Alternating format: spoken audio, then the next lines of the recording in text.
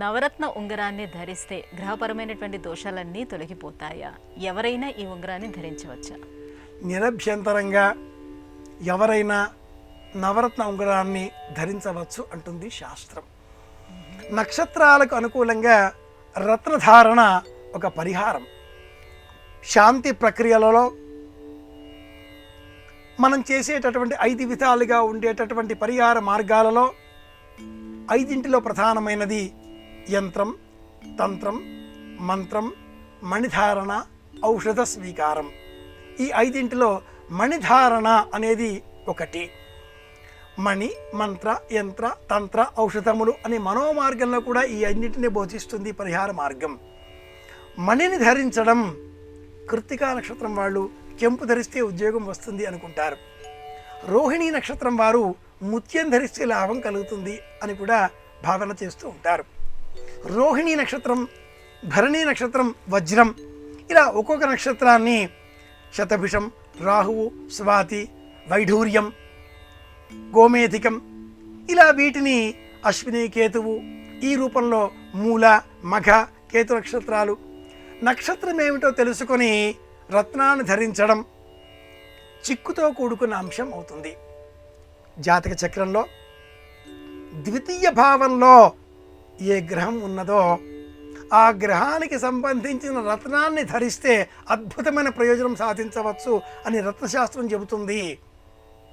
అయితే నక్షత్రం ఏదో నక్షత్రానికి సంబంధించిన రత్నాన్నే ధరించాలి అని మరి ఒక సూత్రం చెబుతుంది. మరి నక్షత్ర రత్నం ధరించాలా, లేక ద్వితీయ భావంలో ఉండే రత్నం ధరించాలా, లేక నష్టం కలిగించే, కీడు కలిగించే భావంతో ఉన్న కారణంగా ఏదో ఒక రత్నాన్ని ధరించాలా? ఇలాంటి చిక్కు ప్రశ్నలు అనేకం ఉన్న సందర్భం చేత నవరత్న ధారణ సులభం అని కూడా శాస్త్రం వివరిస్తుంది. ముఖ్యంగా అందరికీ వారికి జాతకాలకు సంబంధించిన నక్షత్రాల జ్ఞానం తెలియకపోవచ్చు. ద్వితీయాధిపత్యం భావనలు అనేవి గోచారరీత్యా మారుతూ ఉంటాయి కనుక నవరత్న ధారణ శ్రేష్టం. మధ్యలో కెంపు ఉండే విధంగా, పై భాగంలో వజ్రం ఉండే విధంగా రత్నధారణ చెయ్యాలి. నీలము, గోమేధికము, వైఢూర్యము దిగువ భాగంలో, కెంపు, పగడము, కనకపుష్యరాగము మధ్యలో, వజ్రము, ఎమరాల్డ్ అంటే పచ్చ, పర్ల్ అంటే ముత్యము పై భాగంలో ఉండే విధంగా రత్నధారణ చెయ్యాలి. ముత్యము, వజ్రము, పచ్చ ఆలోచనలకు ప్రతీక. కనకపుష్యరాగము, కెంపు, పగడము సైన్యాధిపతి, మంత్రి, రాజు వలె అడ్మినిస్ట్రేషన్ అధికారానికి ప్రతీక.